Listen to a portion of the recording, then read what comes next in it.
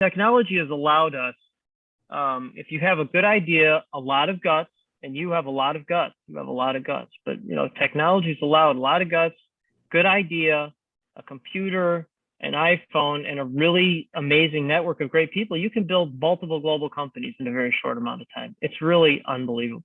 It's amazing. What was that? What was that process like for you to jump from an employee to becoming the entrepreneur? Yeah, so I think that's a good follow-up question because I was born to be a top performing entrepreneur. I just strongly believe you're either born to be someone like this or not. And it's interesting because I partnered with essentially 1 out of 1,000, just like 1 out of 1,000 people said yes. And people with my mindset and the ability to do this, most of my days talking to the top entrepreneurs on the planet. So I quantify it's about 1 out of 1,000. Because I think most people would want to have this life where you make as much money as you want to, you only do what you like to do and what you're good at.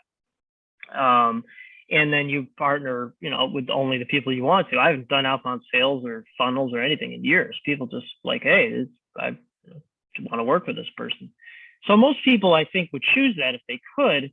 But if you said, hey, you have to go through bankruptcy or potential bankruptcy, 2, depression, 3, the highest level of anxiety you can imagine, or 4, likely and or possible traumatic experiences as a child or young adult, that's where they stop.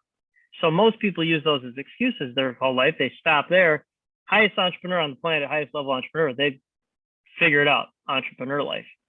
And so going from employee to this, it certainly wasn't easy, but it was very natural because I was never meant to be an employee. I was always meant to be the highest performing entrepreneur on the planet. And people at the highest level are usually aliens within their own family, community, and vertical.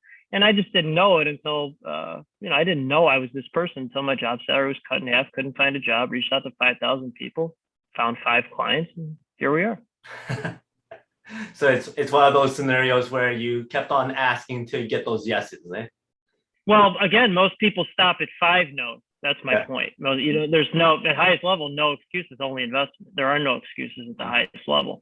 And I have no tolerance or acceptance for excuses because people at the highest level would never make an excuse. They won't do it. They will make the investment. They will figure it out. And that type of directness, most people can't handle that. And the highest performing entrepreneurs on the planet love it because they're like, oh, this is not arrogance at all. This is just pure confidence. And confidence attracts confidence. And it's just a magnet for attracting other confident people who also have overcome at least one of those 4 things that I mentioned. Most are 2 or 3. The all 4 ones are really successful, really successful.